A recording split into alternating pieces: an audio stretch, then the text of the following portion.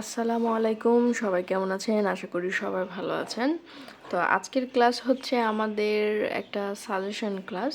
আসলে 30 তারিখ থেকে আমাদের বিবিএ অনার্স অ্যাকাউন্টিং ডিপার্টমেন্টে 4th ইয়ারের হচ্ছে অ্যাকাউন্টিং থিওরি পরীক্ষা।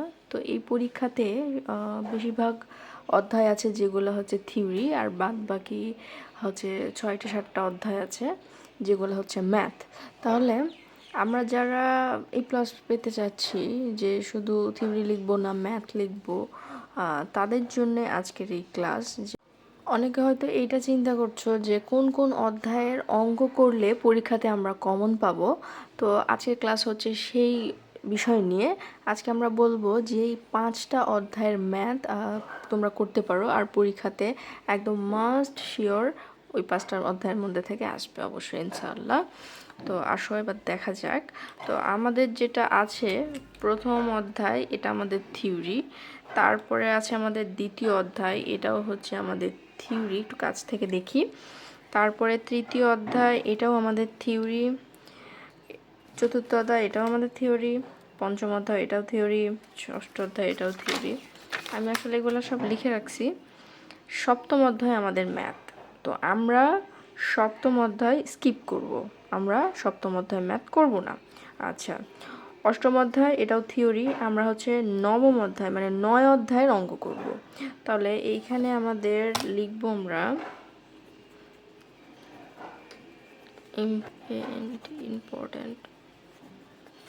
Important math 9 chapter. ওকে, এরপরে আমরা দ্বিতীয়টা দেখব। দ্বিতীয়টা হচ্ছে 10 অধ্যায়। তাহলে আমরা এখানে লিখব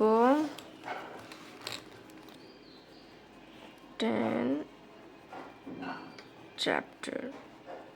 আচ্ছা, এরপরে 11তে থিওরি আছে। 12টা ইম্পর্টেন্ট বেশি, আর এটা একটু ভালোভাবে দেখলেই হয়ে যাবে। তো 12টা এই যে মাস্ট 12 চ্যাপ্টার লিখে নিলাম আমরা। তারপরে 13,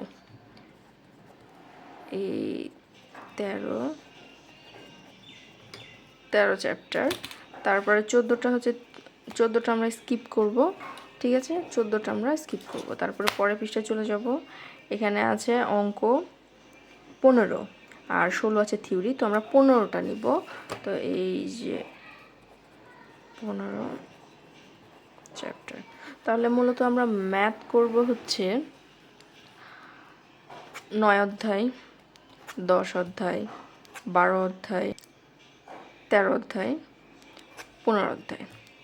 এগুলো হচ্ছে যারা A+ পেতে চাও তাদের জন্য। এবার বলবো হচ্ছে যারা পাশ করতে চাও তাদের জন্য আমরা থিওরি লিখব। আর থিওরি লেখার পরে আমরা এই 5টা থেকে যে কোনো 3টা বা 2টা অধ্যায় বেছে নিব। তারপরে ওই অধ্যায়গুলোই আমরা ম্যাথ করব, আর এই 5টা থেকেই ম্যাথ আসবে ইনশাআল্লাহ।